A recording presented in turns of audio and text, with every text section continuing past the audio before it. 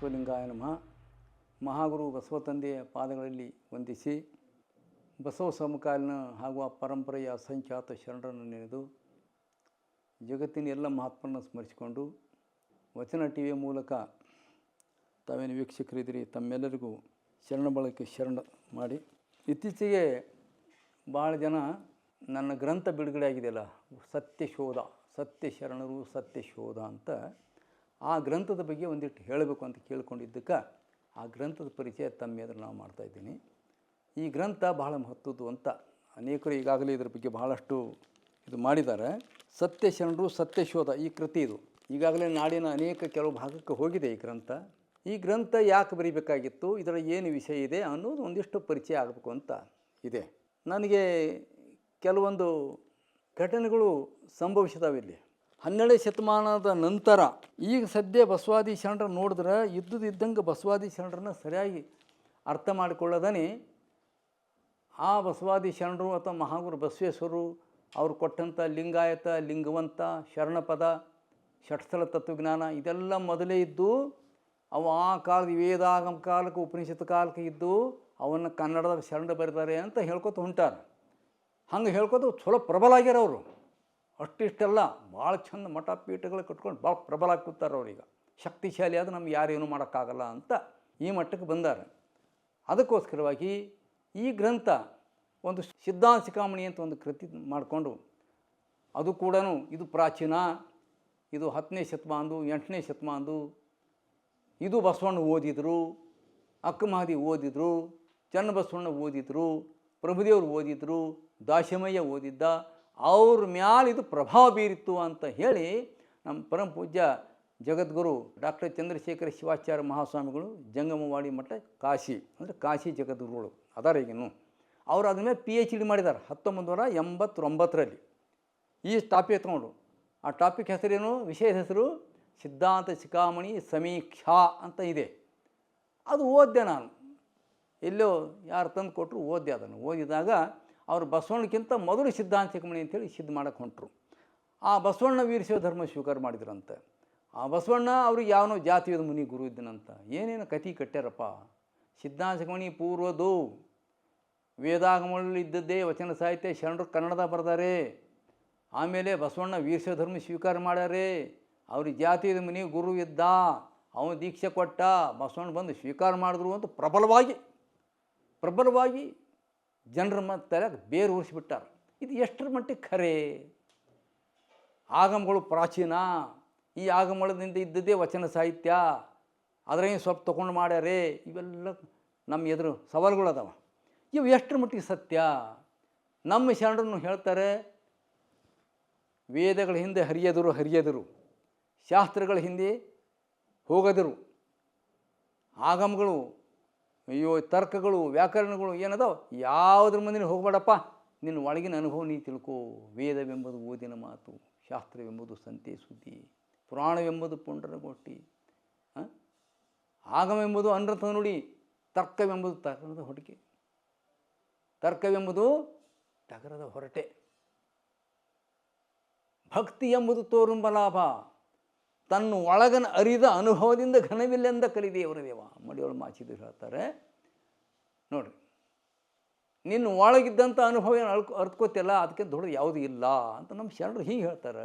ಇವರನ್ನು ಶರಣರು ಬಗ್ಗೆ ಹಿಂಗೆ ಮಾತಾಡ್ತಾರಪ್ಪ. ವೇದಾಗಮ ಮೂಲ ಅದಾವ, ಸಿದ್ಧಾಂತ ಶಿಖಾಮಣಿ ಹಿಂದಿತ್ತು, ಆಗಮಗಳು ಹಿಂದಿದ್ದು ಅಂತಾರಲ್ಲ, ಹೇಗೆ ಅಂತ ನನ್ನ ತಲೆ ತಿಂದು ಈ ಗ್ರಂಥ ಬರೀತಕ್ಕಂಥ ಒಂದು ಪ್ರಸಂಗ ಬಂತು. ಸತ್ಯ ಶರಣರು ಸತ್ಯಶೋಧ. ಇದು ಎಷ್ಟರ ಮಟ್ಟಿಗೆ ಸತ್ಯ? ಇದು ವೇದಾಗಮಗಳಿಂದಲೇ ಬಸವಾದಿ ಶರಣರು ವಚನಗಳು ಬರೆದಾರ ಅನ್ನೋದು ಎಷ್ಟು ಮಟ್ಟಿಗೆ ಸತ್ಯ? ಒಂದು, ಬಸವಣ್ಣವ್ರು ಕೂಡ ವೀರಶೈವ ಧರ್ಮ ಇತ್ತಂತ ಅದಕ್ಕೆ ಮೊದಲೇ ಅದು ಹ್ಯಾಂಗೆ ಬಸವಣ್ಣವ್ರು ಸ್ವೀಕಾರ ಮಾಡಿದ್ರಂತೆ, ಖರೇನಾ? ಅವ್ರಿಗೆ ಜಾತಿವೇದ ಮುನಿ ಎಂಬ ಒಬ್ಬ ಗುರು ಇದನಂತೆ, ಖರೇನಾ? ಸತ್ಯನ ಈ ಮಾತು? ಸಿದ್ಧಾಂತ ಶಿಖಾಮಣಿ ಬಸವಣ್ಣ ಓದಿದ್ರಂತೆ, ಅವ್ರ ಮೇಲೆ ಅದು ಪ್ರಭಾವ ಬೀರ್ತಂತೆ, ಸತ್ಯನ ಇದು? ಹೀಗೆ ಅವ್ರು ಬೀರು ಹಂಗೆ ಯಾರ ಸಾಮಾನ್ಯ ಜನರಿಗೆ, ಪ್ರಭಾವಿ ಜನರಿಗೆ, ವಿಚಾರವಂತಿಕೆ ಕೊರತೆ ಇದ್ದವರಿಗೆ ಇದು ಖರೇನೇ ಅನ್ನೋ ಹಂಗೆ ಬಿಂಬಿಸಿಬಿಟ್ಟಾರೆ ಒಳಗೆ. ಇದು ಎಷ್ಟರ ಮಟ್ಟಿಗೆ ಸತ್ಯ ಅಂತ ನಾನು ಸಂಶೋಧನೆ ತೊಡಗಿ ಈ ಸತ್ಯ ಶರಣರು ಸತ್ಯಶೋಧ ಅನ್ನುವಂಥ ಕೃತಿ ಆ ಕಾರಣದಿಂದ ಹೊರಗೆ ಬಂದಿದೆ. ಇದು ದಯವಿಟ್ಟು ಇದನ್ನು ಎಲ್ಲರೂ ಅಧ್ಯಯನ ಮಾಡಬೇಕು. ಅಧ್ಯಯನ ಮಾಡಿ ಸತ್ಯವನ್ನು ತಿಳ್ಕೋಬೇಕು. ಇದು ನಾವು ಯಾರು ನಂದು ಹಠ ಸರಿ ಅಂತ ನಾವು ಮಾಡಿಲ್ಲ. ಇದರೊಳಗೆ ಈ ಗ್ರಂಥದೊಳಗೆ ಮುಕ್ತವಾಗಿ ಚರ್ಚೆ ಇದೆ. ಯಾವುದೇ ವಿಷಯಕ್ಕೂ ಪ್ರತಿಪಾದನೆ ಮಾಡೋ ಕಾಲಕ್ಕೆ ಅದಕ್ಕೆ ಬಲವಾದ ಆಧಾರ ಕೊಟ್ಟೇ ಮಾಡಿದ್ದೈತಿ. ನನ್ನ ವಿಚಾರಗಳು ನಾನು ನಂದೇ ಅಂತ ಹಿಂಗೆ ಸಮರ್ಥನೆ ಮಾಡಲಿಲ್ಲ. ಇದರೊಳಗೆ ಆಧಾರ ಕೊಡ್ತೀನಿ, ಈ ಆಧಾರ ಪ್ರಕಾರ ಇದಕ್ಕಿಲ್ಲ ಅಂತ. ಈ ಪುಸ್ತಕದ ಸಂಪೂರ್ಣ ಚಿತ್ರಣ ಹೇಗಿದೆ ಅಂದರೆ, ಮೊದಲನೇದಾಗಿ ಇದು 12ನೇ ಶತಮಾನದ ಶರಣರು ಹೆಂಗೆ ಬದುಕಿದ್ರು, ಅವ್ರು ಹೆಂಗೆ ಅನುಭವ ಮಂಟಪ ಮಹಾಮನೆ ಕಟ್ಟಿದ್ರು, ಮಹಾಮನೆ ಕಟ್ಟಿ ವಿಶ್ವ ಕುಟುಂಬಿಗಳಾಗಿ ಬಾಳಿದ್ರು. ಅವರೆಲ್ಲ ಮಹಾ ಯೋಗಿಗಳಾಗಿದ್ದರು, ಮಹಾ ತಪಸ್ವಿಗಳಾಗಿದ್ದರು. ಕೂಲಿ ಮಾಡ್ಕೋತಾನೆ ತನ್ನ ಪಾಲಿನ ಕಾಯಕ ಮಾಡ್ಕೋತಾನೆ ಯೋಗಿಗಳಾಗಿದ್ದಾರೆ. ಇದು ಪ್ರಪಂಚದ ಎಲ್ಲಿ ನೋಡಲ್ಲ ನಾವು. ನುಲಿ ಚಂದಯ್ಯ ಅಂತ ಇರ್ತಾನೆ, ಹಗ್ಗ ಹೊಸ ನುಲಿ ಚಂದಯ್ಯ, ನುಲಿ ಹಗ್ಗ ಹೊಸದು ಅವನನ್ನು ಮಾರ್ಕೊಂಡು ತಂದು ಅದರಿಂದ ಬಂದಿರುವಂಥ ಆದಾಯದಿಂದ ಕೂಲಿಯಿಂದ ಜಂಗಮ ದಾಸೋಹ ಮಾಡ್ತಾನೆ, ಬಡವರಿಗೆ ಅನ್ನ ನೀಡ್ತಾನೆ, ಅನುಭಾವಿಗಳಿಗೆ ಅನುಭಾವಿ ರೂಪಿ ಜಂಗಮಕ್ಕೆ ಶಿವಸ್ವರೂಪ ಅಂತ ದಾಸೋಹ ಮಾಡ್ತಾರೆ. 5 ಲಕ್ಕಮ್ಮ 5 ಮಾರಯ್ಯ ದಂಪತಿಗಳು ಹಮಾಲಿ ಕೆಲಸ ಮಾಡಿ ಅಲ್ಲಿನಿಷ್ಟು ಅಕ್ಕಿ ಬಿದ್ದಿನ ಅಕ್ಕಿ ತೊಗೊಂಡು ಬಂದು ಅದರಿಂದ ದಾಸೋಹ ಮಾಡ್ತಾರೆ. ಯಾರಿಗೆ ಕೈ ಚಾಚಿಲ್ಲ ಅವರು. ಮೋಳಿ ಮಾರಯ್ಯ ಕಾಶ್ಮೀರದ ಮಹಾದೇವ ಭೂಪಾಲ, ಈ ಶರಣರ ಕೀರ್ತಿ ಕೇಳಿ ಅಲ್ಲಿಂದ ಇಲ್ಲಿ ಬಂದ. ಇಲ್ಲೇ ಮೂಳ್ಕೇರಿ ಅಂತಿದೆ ಕಲ್ಯಾಣ ಸಮೀಪ, ಒಂದು 5-6 ಕಿಲೋಮೀಟ್ರ್ ಮೇಲೆ. ಅಲ್ಲಿ ಒಂದು ಗುಹೆ ತೆಕ್ಕೊಂಡು ರಾಣಿ ಮತ್ತು ರಾಜ ಹೆಸರು ಬದಲಾವಣೆ ಮಾಡಿಕೊಂಡ್ರು. ಅಲ್ಲಿ ಮಹಾದೇವ ಭೂಪಾಲ ಇದ್ದ, ಇಲ್ಲಿ ಮೋಳಿಗೆ ಮಾರಯ್ಯ. ಮೋಳಿಗೆ ಅಂದರೆ ಕಟ್ಟಿಗೆ ಮಾರಪ್ಪ, ಕಟ್ಟಿಗೆ ಮಾರುವ ಅಂತ. ಅಲ್ಲಿ ಗಂಗಾದೇವಿ ಇದ್ದಳು ರಾಣಿ, ಇಲ್ಲಿ ಮಹಾದೇವಿ ಆದಳು. ಇವರು ಬಂದು ಇಲ್ಲಿ ಕಟ್ಟಿಗೆ ಮಾರಿ ದಾಸೋಹ ಮಾಡಿದ್ರು. ಏನು ಜೀವನ ರೀ ಅವರು, ಅಬ್ಬಾ ಬೇಡ ಕತೆ. ಯಾರ ಬರ್ದಾರ ಇವ್ರ ಮೇಲೆ ಕಾವ್ಯಗಳು ಅವು ಬರ್ದಾರ, ಬರೆಯಲ್ಲ. ಯಾಕೆ ಬರೆಯಲ್ಲ? ಶರಣರು ಹೈಲೈಟ್ ಆಗಬಾರ್ದು. ಹಿಂಗದೆ ಈ ಪಂಡಿತರು ಒಳಗೊಂದು ಹೊರಗೊಂದು ಯಾರೋ ಮಾಡಿದ್ರು, ಏನೇನೋ ಅಲ್ದಲ್ಲ ಏನೇನೋ ಮಾಡ್ತಾರೆ, ಅದು ಲೀಲೆ ಅಂದ್ಕೊಂಡು ಕೂಡ್ತಾರೆ. ನಮ್ಮ ಶರಣರು ಎಂಥ ತ್ಯಾಗ ಮಾಡ್ಯಾರೀಪ, ನೋಡ್ಬೇಕಲ್ಲ ಈ ಶರಣರು ತ್ಯಾಗ. ಇಂಥವ್ರು ಒಬ್ಬಿಬ್ಬರಲ್ಲ ಅಲ್ಲ, 770 ಜನ ಮಹಾನುಭಾವಿಗಳು, ದೊಡ್ಡ ಯೋಗಿಗಳು. ಅವರು ಸಂದೇಶವನ್ನು ಪ್ರಸಾರ ಮಾಡ್ತಕ್ಕಂಥವ್ರು 1,96,000 ಗಣಗಳಿದ್ದರು. ಸಂದೇಶವಾಹಕರು ಇವರೆಲ್ಲ ಎಲ್ಲ ಕಡೆ ಮೂಲೆ ಹೋಗಿ ಶರಣರು ಸಂದೇಶ ಬಿತ್ತವರು. ಇಂಥ ಮಹಾಶರಣರು ಬದುಕಿದ್ರೆ ಹೇಗೆ? ತನ್ನೊಳಗೆ ದೇವರದನ ಅಂತ ತಿಳ್ಕೊಂಡು ತನ್ನೊಳಗಿನ ದೇವ್ರನ್ನ ಅರ್ಥಕೊಳ್ಳೋಕೆ ಯಾವ ಸ್ಥಳಗಳು ಅದಾವ ಅಂತ ಇದರೊಳಗಿದೆ. ವಚನ ಸಾಹಿತ್ಯ ಏನು ಹೇಳ್ತದೆ ನಮ್ಗೆ ಅಂತ. ನಿಜವಾದ ವಚನ ಸಾಹಿತ್ಯ ನಮ್ಗೆ ಏನು ಹೇಳ್ತದೆ, ಬಸವ ತತ್ವ ನಮ್ಗೆ ಏನು ಹೇಳ್ತದೆ, ಲಿಂಗವಂತ ಆಗಬೇಕಾದ್ರೆ ಹೆಂಗಾಗಬೇಕು ಅದು ಏನು ಹೇಳ್ತದೆ, ಇದ್ರ ಹಿಂದೆ ಯಾವ್ದಾರು ಇದೆಯಾ ಇಲ್ಲವಾ ನೋಡಿ. ಇಲ್ಲಿ ಬಸವಣ್ಣ ಹೇಳ್ತಾರೆ, ಪ್ರಾರಂಭದ ವಚನ ಇದೆ ನಂದು ಬರೆದಿದ್ದು. ಅಯ್ಯ ನಿಮ್ಮ ಶರಣರ ನಿಲ್ಕಡೆಯನ್ನು ಅರಿವಡೆ, ನಿಮ್ಮ ಶರಣರ ವ್ಯಕ್ತಿತ್ವ ತಿಳಿಬೇಕಾದ್ರೆ ಹರಿಬ್ರಹ್ಮಾದಿಗಳಿಗೂ ಸಾಧ್ಯವಿಲ್ಲ ಅಂತಾರವರು. ಹರಿಬ್ರಹ್ಮಾದಿಗಳಿಗೂ ಸಾಧ್ಯವಿಲ್ಲ. ಶರಣರು ಎಂಥವ್ರು ಅಂತ ಅಘಟಿತ ಘಟಿತರು, ಅಸಾಮಾನ್ಯರವರು ಅಂತ ಹೇಳ್ತಾರೆ. ನಿಮ್ಮ ಶರಣರು ಯಾರೂ ಸರಿ ಸಮಾನ ಆಗಲ್ಲ ಅನ್ನೋ ವಚನದಿಂದ ಶುರು ಇದೆ. ಯಾಕೆ ಹಿಂಗಿದೆ ಈ ವಚನ ಯಾಕೆ ತಗೋಬೇಕಾಯ್ತು ಅಂದರೆ, ನಮ್ಮ ಶರಣರು ರೈತಾಪಿ ಜನ, ಕೂಲಿ ಕಾರ್ಮಿಕ ಜನ, ಹಳ್ಳಿಗಾಡಿನ ಜನ, ದುಡಿಯುವ ವರ್ಗದವರು ಸೇರಿಕೊಂಡು ಮಂತ್ರಿ ಮಹಾಮಂತ್ರಿ ಇದ್ದವರು ಕೂಡ, ರಾಜರಿದ್ದವರು ಕೂಡ ಬಂದು ಇದರೊಳಗೆ ಭಾಗಿಯಾಗ್ಯಾರ ಮೆಚ್ಚಿಕೊಂಡು. ಇಲ್ಲಿ ಆ ಜಾತಿ ಈ ಜಾತಿ ಅಲ್ಲ, ಈ ಕಡೆ ದಲಿತರು ಅಸ್ಪೃಶ್ಯರು ಹಿಡ್ಕೊಂಡು ಪೂರಾ ಬ್ರಾಹ್ಮಣರವರೆಗೆ ಇದ್ರೊಳಗೆ ಸೇರಿದಾರೆ. ಶರಣರೊಳಗೆ ಪ್ರಾಮಾಣಿಕರೆಲ್ಲ ಸೇರಿಕೊಂಡ್ರು, ಅವರು ಸೇರಿಕೊಂಡ್ರು ಇದ್ರೊಳಗೆ. ಇಂಥ ಶರಣರು ತಮ್ಮ ಒಳಗಿದ್ದಂಥ ದೈವತ್ವವನ್ನು ತಾವು ಅರ್ಥ ಮಾಡಿಕೊಂಡು ತಿಳ್ಕೊಂಡು ಅನುಭವಿಗಳಾಗಿ ತಾವೇ ದೈವಿ ಸ್ವರೂಪವಾಗಿ ಇಲ್ಲಿ ಬಾಳಿದ್ದಾರೆ. ಅವರೆಲ್ಲ ಚಿಂತನೆ ಮಾಡ್ತಕ್ಕಂಥದ್ದು ಯಾವುದು ಅಂತಂದರೆ, ಎಲ್ಲೋ ಕೈಲಾಸದ ದೇವರದನು, ವೈಕುಂಠದ ದೇವರದನು, ಕಾಶಾಗದನು, ಶ್ರೀಶೈಲದಗದನು ಅಂತ ಅಲ್ಲ. ನನ್ನೊಳಗೆ ಪ್ರತಿಯೊಬ್ಬ ಮನುಷ್ಯನ ಒಳಗೆ ದೇವರು ಹೆಂಗದಾನೆ, ಆ ದೈವ ಸ್ವರೂಪ ಏನು, ಎಲ್ಲರೊಳಗೆ ಹೇಗಿದೆಯೇ, ಈ ಸೃಷ್ಟಿ ನಿರ್ಮಾಣ ಹೆಂಗಾಯಿತು, ಈ ಆತ್ಮ ಪರಮಾತ್ಮ ಎರಡು ಹೆಂಗೆ ಡಿವೈಡ್ ಆದು, ಅದರಿಂದ ಪ್ರತಿವ್ಯಾಪ್ ತೇಜ್ ವಾಯು ಆಕಾಶಗಳೇನದವಲ್ಲ ಇವು, ಭೂಮಿ, ನೀರು, ಅಗ್ನಿ, ವಾಯು, ಆಕಾಶ, ಪಂಚಮಹಾಭೂತಗಳು ಹೆಂಗೆ ಹುಟ್ಕೊಂಡು ಅವುಗಳು ಅವುಗಳಿಂದ ಈ ಸೃಷ್ಟಿ ಹೆಂಗೆ ನಿರ್ಮಾಣ ಆಯಿತು, ಈ ನೇಚರ್, ಆ ಪಂಚಮಹಾಭೂತಿ ಶರೀರ ಹೆಂಗೆ ನಿರ್ಮಾಣ ಆಯಿತು, ಮಾನವ ಆಕೃತಿ ಹೆಂಗೆ ತಾಳ್ತು, ಇದರೊಳಗೆಲ್ಲ ಇದೆ ಜ್ಞಾನ. ಶರಣರು ಹೇಳಿದ್ದೇ ಇದೆ. ಇವು ನಿರ್ಮಾಣ ಅನ್ನೋದು ಮನುಷ್ಯ ಹೆಂಗೆ ಭವಿಯಾಗಿ ಭೋಗಜೀವಿಯಾಗಿ ಬದುಕ್ತಾ ಇದ್ದಾನೆ, ಇವುಗಳಿಗೆಲ್ಲ ದೈವಿ ಸ್ವರೂಪ ಹೆಂಗೆ ಮಾಡಬೇಕು. ಯಾಕಂದ್ರೆ ದೈವಾಂಶ ಸಂಭೂತರು ನಾವೆಲ್ಲ ಪರಮಾತ್ಮನ ಒಂದು ಸ್ವರೂಪದಿಂದ ಬಂದವ್ರು ನಾವು, ಡಿವೈಡ್ ಆಗಿ ಬಂದಿದ್ದು. ಕುಂಬಾರ ಗಡಿಗೆ ಮಾಡ್ದಂಗೆ ಎಲ್ಲೋ ಕುಂತು ಗಡಿಗೆ ಮಾಡಿ ಒಗ್ದಿಲ್ಲ ನಮ್ಗೆ. ದೇವನ ಸ್ವರೂಪವೇ ಮಾನವ ತನ್ನ ಸ್ವರೂಪ ಮರ್ತಾನೆ, ಅದಕ್ಕೆ ಮನುಷ್ಯ ಆಗ್ಯಾನ. ಭೋಗಜೀವಿಯಾಗಿನ ಒಳ್ಳೆಯದು ನೋಡ್ಬೇಕಂತಾನೆ, ಚಲೋ ಕಾಣ್ತೀನಿ ತಿನ್ಬೇಕಂತಾನೆ, ಕುಡಿಬೇಕಂತಾನೆ, ಇಲ್ಲ ಸಲ್ಲದ ಇಂದ್ರಿಯಾದಿಗಳು ಭೋಗ ಮಾಡಬೇಕಂತಾನೆ. ಇವುಗಳಿಗೆಲ್ಲ ಬದಲಾವಣೆ ಮಾಡಬೇಕು, ಮಾಡಿ ದೈವಿ ಸ್ವರೂಪ ಆಗಬೇಕು ಅನ್ನೋದು ಶರಣ ಸಿದ್ಧಾಂತ. ನೋಡಿ, DOG ಅಂದರೆ ಡಾಗ್. ಇದು 10 ವರ್ಷ ಇಟ್ಟರು ಡಾಗೇ ಇರ್ತದೆ. 10 ವರ್ಷ ಇಟ್ಟರು ಕೂಡ ನಾಯಿನೇ ಹೇಳ್ತದೆ, ಅದು ಮತ್ತೊಂದು ಬದಲಾವಣೆ ಆಗಲ್ಲ. ಅದು ಸ್ವಲ್ಪ ಬದಲಿ ಮಾಡ್ಬೇಕು. ಹಿಂಗೆ G ಈ ಕಡೆ ತಂದಿಡಬೇಕು, D ಈ ಕಡೆ ತಂದಿಡಬೇಕು. ಏನಾಯಿತು? ಗಾಡ್ ಆಯಿತು. ಬದಲಾವಣೆಯಲ್ಲಿ ಇಷ್ಟಿದೆ ಶಕ್ತಿ. ಹಂಗೆ ಮನುಷ್ಯನ ಪಂಚಮಹಾಭೂತ ದೇಹವನ್ನು ಬದಲಾವಣೆ ಮಾಡಿಕೊಂಡು ಲಿಂಗಮಯ ಮಾಡಿಕೊಂಡು ದೈವಿ ಸ್ವರೂಪ ಮಾಡಬೇಕು. ಈ ಜೀವನ ಕಾಯ ಲಿಂಗ ಆಗಬೇಕು ಅಂದರೆ ದೇವರಾಗಬೇಕು. ನಮ್ಮ ಮನಸ್ಸು ಒಳ್ಳೊಳ್ಳೆ ಅರಿವು ಜ್ಞಾನ ಸಂಪಾದನೆ ಮಾಡಿ ದಯಾ ಪ್ರೀತಿ ಮಾನವೀಯತೆ ವಿಶ್ವಭ್ರಾತೃತ್ವ ಗಳಿಸಿಕೊಂಡು ಶಾಂತಿ ಗಳಿಸ್ಕೊಂಡು ಪರಮಸುಖ ಗಳಿಸ್ಕೊಂಡು ಶಿವಯೋಗ ಮಾಡಿ ಸಾಧನೆ ಮಾಡಿ ಸಮಾಧಿ ಸ್ಥಿತಿ ಹೋಗಿ ಅನುಭವಿಸಿದರೆ ನಮ್ಮ ಮನಸ್ಸು ದೇವರಾಗ್ತದೆ, ನಮ್ಮ ಭಾವ ದೇವರಾಗ್ತದೆ. ಸ್ಥೂಲಾಂಗ ಸೂಕ್ಷ್ಮಾಂಗ ಕಾರಣಾಂಗ 3 ಅಂಗಗಳು ನಮ್ಮ ಮೇಲೆ ಕೂಡ್ಯದವಲ್ಲ, ತನುಮನ ಭಾವ ಅಂತ ಕರಿತೀವಿ. ಈ 3 ಅಂಗಗಳು ಕೂಡ ದೇವ ಸ್ವರೂಪ ಆಗಬೇಕು. ಹೀಗಾಗಬೇಕಾದ್ರೆ ತನುವಿಗೆ ಇಷ್ಟು ಲಿಂಗ ಕೊಟ್ಟರು, ಯದಿಮ ಧರ್ತೀವಿ ನೋಡ್ರಿ ನಾವು. ಮನಸ್ಸಿಗೆ ಜ್ಞಾನ ರೂಪದ ಪ್ರಾಣಲಿಂಗ ಕೊಟ್ಟರು, ಭಾವಕ್ಕೆ ಭಾವಲಿಂಗ ಸ್ವತೃಪ್ತಿ ಸ್ವರೂಪದ ಭಾವಲಿಂಗ ಕೊಟ್ಟರು. ಇವು 3 ಅಂಗಗಳು ಶಿವಮಯ, ಅದು ದೇವ್ರ ಸ್ವರೂಪ. ಅದು ಇದು ಶರಣ ಜೀವನ. ಅದನ್ನೇ ಅಕ್ಕ ಮಹಾದೇವ ಒಂದು ಚಂದ ಒಂದು ವಚನ ಹೇಳ್ತಾರೆ, ನಾನು ಭಾಳ ಪ್ರೀತಿಯ ವಚನ ಅದು. ಅಂಗವ ಲಿಂಗ ಮುಖಕ್ಕೆ ಅರ್ಪಿಸಿ ಅಂಗ ಅನಂಗವಾಯಿತು. ಈ ಅಂಗ ಸತ್ಯ ಸದಾಚಾರ ರೂಪದ ಲಿಂಗಕ್ಕೆ ದೇವನಿಗೆ ಅರ್ಪಿತ ಮಾಡಿದಾಗ ಈ ಅಂಗ ಅನಂಗ ಅಂದರೆ ಕಾಯ ರಹಿತ ಆಯಿತು. ಕಾಯ ಕಣ್ಣಿಗೆ ಕಾಣ್ತದೆ, ಕಾಯದ ಗುಣಧರ್ಮ ಇಲ್ಲಿ ಇರಲ್ಲ. ಅನುಭವ ಮಂಟಪದಲ್ಲಿ ಅಕ್ಕ ಮಹಾದೇವಿ ನೀ ದೇಹ ಭಾವ ಬಿಟ್ಟಿಲ್ಲ ಅಂತ ಪ್ರಭುವರು ಹೇಳಿದಾಗ ಒಂದು ಉದಾಹರಣೆ ಹೇಳ್ತಾರೆ. ಇದು ಬೆಂದ ನುಲಿಯಂತೆ ಪ್ರಭು, ಸುಟ್ಟಿದ ಹಗ್ಗ ಇದ್ದಂಗಿದೆ, ನೋಡಕ್ಕೆ ಶರೀರ ಕಾಣ್ತದೆ, ಆದರೆ ಅಂಗದ ಗುಣ ಇಲ್ಲಿ ಇಲ್ಲ, ಎಲ್ಲ ಹೋಗಿಬಿಟ್ಟವೆ, ಲಿಂಗಮಯ ಆಗ್ಯದ. ಸುಟ್ಟಿದ ಹಗ್ಗದಂಗೆ ಕಾಣ್ತದೆ, ದನಕರ ಕಟ್ಟಕ್ಕೆ ಬರಲ್ಲ, ಕಟ್ಟಿಗೆ ಕುಳ್ಳು ಕಟ್ಲಕ್ಕೆ ಬರಲ್ಲ, ಹುಲ್ಲು ಕಟ್ಲಕ್ಕೆ ಬರಲ್ಲ. ಅದು ಸುಟ್ಟಿದ ಹಗ್ಗ ರೀ, ನೋಡಕ್ಕೆ ಹಗ್ಗ ಕಾಣ್ತದೆ.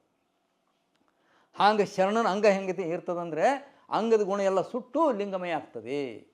ಇದು ಶರಣ ಸಿದ್ಧಾಂತ. ಮನುಷ್ಯ ಹೆಂಗೆ ಬದುಕಬೇಕು? ಪಂಚಮಹಾಭೂತ ನಿರ್ಮಾಣ ಅಂತ ಈ ದೇಹವನ್ನು, ಈ ಮನಸ್ಸು, ಈ ಜೀವನ ಲಿಂಗಕರ್ಪಿಸವಾಗಿ ಸರ್ವಾಂಗಲಿಂಗಿ ಆಗಬೇಕು. ತನು ನಿಮ್ಮ ನಪ್ಪಿ ಮಹಾತನುವಾದ ಬಳಿಕ, ತನು ಎಂಬುದು ಮತ್ತೇನಿದು? ಅಂಗವ ಲಿಂಗ ಮುಖಕ್ಕೆ ಅರ್ಪಿಸಿ ಅಂಗ ಅನಂಗವಾಯಿತು, ಮನ ಅರಿವಿಗರ್ಪಿಸಿ ಮನ ಲಯವಾಯಿತು, ಭಾವವ ತೃಪ್ತಿಗರ್ಪಿಸಿ ಭಾವವು ಬಯಲಾಯಿತು. ಎನ್ನ ಅಂಗ ಮನ ಭಾವ ಒಳಿದ ಕಾರಣ ಕಾಯ ಅಖಾಯವಾಯಿತು. ಎಷ್ಟು ಸ್ಪಷ್ಟವಾಗಿದೆ ನೋಡಿರಿ ವಾಕ್ಯ. ಇದು ನಿಮ್ಮ ಪ್ರಪಂಚದ ಯಾವ ಸಾಹಿತ್ಯಗಳು ಸಿಗಲ್ಲ, ಯಾವ ಗೀತ ಇಲ್ಲ, ಪಾಠ ಇಲ್ಲ, ಯಾವ ಉಪನಿಷತ್ತಲ್ಲ, ವೇದ ಇಲ್ಲ, ಯಾವ ನಿಮ್ಮ ಆಗಮನವೂ ಇಲ್ಲ. ಇದು ತೆಗೆದು ನೋಡೋಣ ಎಲ್ಲಿ ಸಿಗ್ತದೆ ನಿಮಗೆ. ನಾನು ಎಲ್ಲವನ್ನು ಓದಿ ಹೇಳ್ತೀನಿ, ನಾನು ಸುಮ್ಮನೆ ಅಂದಾಜು ಮೇಲೆ ಗೋಲಿ ಹೊಡೆಯಲ್ಲ, ಓದಿ ಹೇಳ್ತಾ ಇದ್ದೀನಿ ರೀ. ಅಂಗವ ಲಿಂಗ ಮುಖಕ್ಕರ್ಪಿಸಿ ಅಂಗ ಅನಂಗವಾಯಿತು, ಮನ ಅರಿವಿಗರ್ಪಿಸಿ ಮನವೂ ಲಯ ಆಯಿತು, ಮನ ಅಲ್ಲದು ಜ್ಞಾನ. ಭಾವ ತೃಪ್ತಿಗರ್ಪಿಸಿ ಭಾವ ಬಯಲಾಯಿತು. ಈ ಭಾವದಲ್ಲಿ ಅವ ಆ ಜಾತ್ಯವ, ಇವು ಈ ಜಾತ್ಯವ, ಅವ್ರ ಹೆಣ್ಣು ಇವ್ರ ಗಂಡು ಯಾವ ಇರಲ್ಲ, ಎಲ್ಲ ಶಿವಸ್ವರೂಪನೇ. ಭಾವ ತೃಪ್ತಿಗರ್ಪಿಸಿ ಶಿವಯೋಗ ಸಾಧನೆ ಅಭ್ಯಾಸದ ಮುಳುಗಿದಾಗ ಭಾವ ತೃಪ್ತಿ ಆಗ್ತದೆ, ಇನ್ನು ಯಾವ ಬಯಕೆನೂ ಇರಲ್ಲ. ಅಲ್ಲಿ ತೃಪ್ತಿ ಭಾವದಾಗ ಬಂತಂದ್ರೆ ಬಯಕೆ ಇರಲ್ಲ, ತೃಪ್ತಾಗಿರ್ತಾನೆ. ಈಗ ಅಂಗ ಮನ ಭಾವ ಒಳಿದ ಕಾರಣ ಮಾನವ ಅಂಗ ಅಳಿತು, ಮಾನವ ಮನ ಅಳಿತು, ಮಾನವ ಭಾವ ಅಳಿತು. ಸ್ಥೂಲಾಂಗ ಸೂಕ್ಷ್ಮಾಂಗ ಕಾರಣಾಂಗ 3 ಅಂಗಗಳು ಅಳಿದು ಹೋದ್ರೆ ಇದೇನಾಯಿತು? ಅಖಾಯ. ಕಾಯ ಅಖಾಯವಾಯಿತು, ಕಾಯ ಇಲ್ಲ. ಇಲ್ಲಿ ಇರೋರು ಯಾರೀಗ? ಎನ್ನಂಗದ ಸುಖಭೋಗವೆಲ್ಲವೂ ಲಿಂಗವೇ ಭೋಗಿಸವನಾಗಿ ಶರಣಸತಿ ಲಿಂಗಪತಿ ಯಾದೇನೋ. ಯಾರು ಹೇಳ್ತಾರೆ? ಮಹಾಯೋಗಿ ಅಕ್ಕ ಮಾದರಿ ಹೇಳ್ತಾರೆ. ನಮಗೆಲ್ಲ ಸಂದೇಶ ಇದು. ಇಲ್ಲಿ ಲಿಂಗಾಂಗ ಆಯ್ತಿದು. ಇಲ್ಲಿ ಕುಂತು ಜೀವನ ಮಾಡೋರು ಯಾರು ಅಂದ್ರೆ ಆ ಪರಮಾತ್ಮನೇ ಇದ್ರೊಳಗೆ ಬಂದು ನೆಲೆಸಿ ಜೀವನ ಮಾಡ್ತಾನೆ. ಅವ್ರು ಶರಣರು ಅಂತ ಕರೀತಾರೆ. ಅವ್ರಿಗೆ ಶರಣರು ಸಂತರು ಒಂದೇ ಅಲ್ಲ, ಶರಣರು ಸನ್ಯಾಸಿ ಒಂದೇ ಅಲ್ಲ, ಶರಣರು ಸಾಧುರು ಒಂದೇ ಅಲ್ಲ. ಸರಿಯಾಗಿ ತಿಳ್ಕೊಳ್ರಿ. ಅವರು ಸತ್ಯಾಗಿ ನಡೆಯೋರಪ್ಪ, ಸಾಧು ಸಂತರು ಗೌರವಿಸೋಣ, ಆ ಮಾತು ಬೇರೆ. ಶರಣರು ತಂದು ಜೋಡಿಸ್ಬಾರ್ದು. ಶರಣನೇ, ಇವರೇ ಬೇರೆ ಅವರೇ ಬೇರೆ. ಅವರು ಸತ್ಯವಂತರು ಇಲ್ಲ ಅಂತ ನಾನು ಹೇಳಲ್ಲ, ಅವರೇನು ಹಿಂಗೆ ಮಾಡಿ ಅಂತ ನಾನು ಹೇಳಲ್ಲ. ಆದರೆ ಶರಣತ್ವ ಏನಿದೆಯಲ್ಲ ಅಂಗ ಅಳಿದು ಲಿಂಗ ಆಗಬೇಕೆಂಬುದು ಇದು ಮಾತು ನಿಮಗೆ ಎಲ್ಲಿ ಸಿಗಲ್ಲ ಪ್ರಪಂಚದಾಗ. ಏನು ಅಂಗಾದ ಸುಖ ಭೋಗವೆಲ್ಲವೂ ಲಿಂಗವೇ ಭೋಗಿಸುವನಾಗಿ ಶರಣಸತಿ ಲಿಂಗಪತಿ ಆದನು. ಚೆನ್ನ ಮಲ್ಲಿಕಾರ್ಜುನಯ್ಯ ನಿಮ್ಮ ಒಳ ಹೊಕ್ಕು ಬೆರೆಸಿದನು ಅಂತ ಅಕ್ಕ ಹೇಳ್ತಾರೆ. ಇದು ಮಾನವ ಕುಲಕೋಟಿ ಮಹಾಗುರು ಬಸವೇಶ್ವರರು ಜಗತ್ತಿಗೆ ಕೊಟ್ಟಂಥ ತತ್ವ ಸಿದ್ಧಾಂತ. ಈ ಸಿದ್ಧಾಂತದ ಮೇಲೆ ಯಾರೋ ಬಂದು ಅಟಕ್ ಮಾಡಿದ್ರು, ನಮ್ಮದು ಮಾಡ್ಕೋಬೇಕಂತ ಬಂದು ಇದಕ್ಕೆ ವಿಕೃತ ಮಾಡಿ ಇದ್ರ ಹೆಸರು ಮೇಲೆ ದೇವಾಲಯ ಕಟ್ಟಿ, ಇದ್ರ ಹೆಸರು ಮೇಲೆ ಮಠಗಳು ಕಟ್ಕೊಂಡು, ಇದ್ರ ಹೆಸರು ಮೇಲೆ ಪೀಠ ಕಟ್ಕೊಂಡು, ಇದ್ರ ಹೆಸರು ಮೇಲೆ ಕೊಟ್ಟು ಶಾಸ್ತ್ರ ಕಟ್ಕೊಂಡು ವಚನ ಸಾಹಿತ್ಯ ನಮ್ಮದಿಂದೇ ಬಂದದ್ರಿ. ನಮ್ಮ ಸಂಸ್ಕೃತಿಯಿಂದ ವಚನ ಬಂದದ್ರಿ, ಸುಳ್ಳು ಹೇಳ್ಕೊತ ಹೊಂಟ್ರು. ಆ ಲಿಂಗ ಈ ಲಿಂಗ ಒಂದೇ ರೀ, ಗುಡಿಯಾಗಿನ ಲಿಂಗ ಇದು ಒಂದೇ ಅಂತ ಇದು ಒಂದೇ ರೀ, ಜಾತಿ ಎಂಬುದು ಜಂಗಮ ರೀ, ಹಿಂಗೆ ಹೊಂಟ್ರು ಇವರೆಲ್ಲ. ಅದಕ್ಕೋಸ್ಕರವಾಗಿ ಸತ್ಯಶೋಧ ಗ್ರಂಥ ಬರೀಬೇಕಾಯಿತು ಏನು ಅಂತ. ಆಗಮದಿಂದ ಬಂದಿದ್ದಾವೆ ವಚನಗಳು ಇಲ್ಲ, ಇದ್ರಾಗ ಸಿದ್ಧ ಮಾಡಿದ್ದೀನಿ. ವಚನಗಳಿಗೂ ಆಗಮಗಳಿಗೆ ಸಂಬಂಧ ಇಲ್ಲ. ಯಾಕೆ? ಆಗಮಗಳು ಹೋಮ ಹವನ, ಲಕ್ಷ ದೀಪೋತ್ಸವ, ಯಜ್ಞಯಾಗ, ಚಂಡಿಯಾಗ, ವೀರಭದ್ರನ ಪೂಜಾ, ಗಣಪತಿ ಪೂಜಾ, ದೇವಿ ಪೂಜಾ, ಇಂಥವೆಲ್ಲ ಬರ್ತಾವೆ. ಅದ್ರಾಗ ಅನೇಕ ಅದಾವ, ಅದ್ರೊಳಗೆ ಬೇಕಾದಷ್ಟು ಇದ್ರೊಳಗೆ ದಾಖಲೆ ಅದಾವೆ, ನೋಡ್ಬೋದು. ಶರಣರಲ್ಲಿ ನಾವು ಯಾವಕ್ಕೂ ಅವಕಾಶ ಇಲ್ಲ. ನೀನೇ ಇದ್ದಿ, ನಿನ್ನೊಳಗೆ ಎಲ್ಲನೇ ಇದೆ. ನಿನ್ನ ಒಳಗಿನ ಅರಿವಿನ ದೇವರನ್ನು ನೀ ಕನ್ನಡಿ ಹೆಂಗೆ ತನ್ನ ಮುಖ ನೋಡ್ಕೊಳ್ಳೋಕೆ ಹಿಡ್ಕೊತೀವಲ್ಲ ನಾವು. ನನ್ನ ಮುಖ ನಾನು ನೋಡ್ಕೊಳ್ಳೋಕೆ ಹಿಡ್ಕೊತೀವಿ ಕನ್ನಡಿ ಹೊರತು ಕನ್ನಡಿ ನೋಡೋಕ್ಕಲ್ಲ. ಅಂಗೈಲಿ ಲಿಂಗದೊಳಗೆ ಇಟ್ಕೊಂಡು ಅದರೊಳಗೆ ನನ್ನ ನಿಜವಾದ ಆತ್ಮಸ್ವರೂಪ, ನಿಜ ಸ್ವರೂಪ ಯಾವುದಿದೆಯೋ ತನ್ನ ಸ್ವಸ್ವರೂಪ ನೋಡ್ಕೊಳ್ಳೋಕೆ ಈ ಅಂಗೈ ಲಿಂಗ ಹಿಡ್ಕೊಂಡು ಅದರೊಳಗೆ ನಾವು ಮಗ್ನವಾಗಿ ಲಿಂಗಾಂಗ ಸಾಮರಸ್ಯ, ಶಿವಯೋಗ ಸಾಮರಸ್ಯ ಮಾಡೋದು. ಇದು ಶರಣರ ಉಪಾಸನೆ. ಅದಕ್ಕೋಸ್ಕರವಾಗಿ ಇದು ಆಗಮಗಳಿಗೆ ಸಂಬಂಧ ಇಲ್ಲ. ಇನ್ನು ಸಿದ್ಧಾಂತ ಶಿಖಾಮಣಿ ಮೊದಲೇ ಇತ್ತಪ್ಪ ಅಂತ ಬರ್ತಾರೆ. ವೇದ ಮೊದಲೇ ಇದ್ದು, ಹೌದಪ್ಪ ವೇದ ಇದ್ದು ನಾವು ಇಲ್ಲ ಅಂತ ಹೇಳ್ತಾ ಇಲ್ಲ. ವೇದಗಳಲ್ಲಿ ಕೂಡ ಅಗ್ನಿ ಮೇಳೆ ಅಂತ ಶುರು ಆಗ್ತದೆ. ಅದು ಅಗ್ನಿನೇ ದೇವ್ರು, ಅದಕ್ಕೆ ಅಗ್ನಿ ದೇವ್ರು ಅಂತಾರೆ, ನೀರಿಗೆ ದೇವ್ರು ಅಂತಾರೆ, ಅದರ ತುಪ್ಪ ಹಾಕ್ತಾರೆ, ಅದು ಹಾಕ್ತಾರೆ, ಮಾಡ್ಕೊಂಡು ನಾವೇನು ಬೇಡಾಡ್ತಿಲ್ಲ. ಅದಕ್ಕೆ ಇದಕ್ಕೂ ಹೋಲಿಸ್ಬೇಡ್ರಿ. ಶರಣರು ಅವರೇ ವೇದ ಮೂಲ ವಚನ ಅಂತ ಮತ್ತೆ ದಯವಿಟ್ಟು ಬಳಸೋಕ್ಕೆ ಹೋಗ್ಬೇಡ್ರಿ. ನೀವು ಏನಾರ ಮಾಡ್ಕೊಂಡು ನಾವೇನು ಬೇಡಾಡ್ತಿಲ್ಲ. ಅದಕ್ಕೋಸ್ಕರವಾಗಿ ವೇದ ಮೂಲ ವಚನ ಅಲ್ಲ, ಇದು ಸಿದ್ಧ ಮಾಡಿದ್ದೈತಿ. ಆಗಮನ ಮೂಲ ಇದು ಅಲ್ಲ. ಆಮೇಲೆ ಸಿದ್ಧಾಂತ ಶಿಖಾಮಣಿ ಅಂತ ಒಂದು ಕೃತಿ ತಂದು ಬಂದಾರ್ರಿ. ಅದು 15ನೇ ಶತಮಾನದ ಈಚಿನ ಕೃತಿ. ಅದು ಬಸವಣ್ಣ ಓದಿದ್ರಂತ. 12ನೇ ಶತಮಾನದ ಬಸವಣ್ಣ ಓದಿದ್ರು. ಕೊಟ್ಟಿ ತಯಾರು ಮಾಡ್ಯಾರ. ಹೆಂಗೆ ಎಷ್ಟು ಪ್ರಕಾರ ಸಿದ್ಧಾಂತ ಶಿಖಾಮಣಿ ಹೆಂಗೆ ಕೊಟ್ಟಿ ಮಾಡಿದ್ರು ಅನ್ನೋದು ಇದರೊಳಗೆ ದಾಖಲೆ ಇದೆ. ಸಾಕಷ್ಟು ತಾವು ನೋಡ್ಕೊಳ್ಬೋದು. ಆಮೇಲೆ ಬಸವಣ್ಣಗ ಗುರು ಇದ್ದ. ಯಾರು ಜಾತಿಯದ ಮುನಿ ಅಂತ. ಜಾತಿ ಓದಿದ ಮುನಿಯ ಹೆಸರು ನಿಮಗೆ ವಚನ ಸಾಹಿತ್ಯ, ಇಡೀ ವಚನ ಸಾಹಿತ್ಯ ಸಿಗಲ್ಲ. ಲಭ್ಯ ಇರೋ ವಚನದಾಗ ಎಲ್ಲಿ ಸಿಗಲ್ಲ ಒಂದು. ಆಮೇಲೆ ಹರಿಹರ, ಸಮೀಪದ ಹರಿಹರ ಅನ್ನುವಂಥ ಒಂದು ಕಾವ್ಯ ಬರ್ದಾನಲ್ಲ. ಬಸವೇಶ್ವರಗಳೇ, ಶರಣರ ರಗಳೆಗಳೆಲ್ಲ ಬರ್ದಾನ. ಅಕ್ಕಮಾದೇವರಗಳೇ, ರೇವಣಸಿದ್ಧರಗಳೇ, ಹೀಗೆಲ್ಲ ಬರ್ದಾನ. ಹರಿಹರನಲ್ಲಿ ಅವನ ಹೆಸರೇ ಬರಲ್ಲ. ಬಸವಣ್ಣಗೆ ಸಮೀಪ ಒಂದು 30-40 ವರ್ಷದ ಒಳಹೊರಗಿದ್ದಂಥ ಹರಿಹರ, ಅವನಲ್ಲಿ ಜಾತಿಯ ಹೆಸರು ಬರಲ್ಲ. ಸಮರ ವಚನದಾಗೂ ಬರಲ್ಲ. ಬಸವಣ್ಣ ಸಮಕಾಲೀನ ವಚನದಾಗ ಅಥವಾ ಬಸವಣ್ಣ ವಚನದಾಗೂ ಇಲ್ಲ, ಸಮಕಾಲೀನ ಶರಣರ ವಚನದಾಗೂ ಇಲ್ಲ. ಹರಿಹರನಲ್ಲಿ ಇಲ್ಲ. ಆಮೇಲೆ ಪಾಲ್ಕುರ್ಗಿ ಸೋಮನಾಥ್ ಬರ್ತಾನೆ 50 ವರ್ಷದ ನಂತರ, ಬಸವಣ್ಣನ ನಂತರ ತೆಲುಗು ಬಸವ ಪುರಾಣ ಬರೆದವ. ಅವನಲ್ಲಿ ಜಾತಿಯ ಮನೆ ಹೆಸರಿಲ್ಲ. ಮುಂದೆ ಭೀಮಕವಿ ಬರೆದ, ಅದನ್ನು ಕನ್ನಡ ಅನುವಾದ ಮಾಡ್ದ ತೆಲುಗು ಬಸವ ಪುರಾಣ, ಅವನಲ್ಲಿ ಬರಲ್ಲ. ಷಡಕ್ಷೆ ದೇವನಲ್ಲಿ ಬರಲ್ಲ.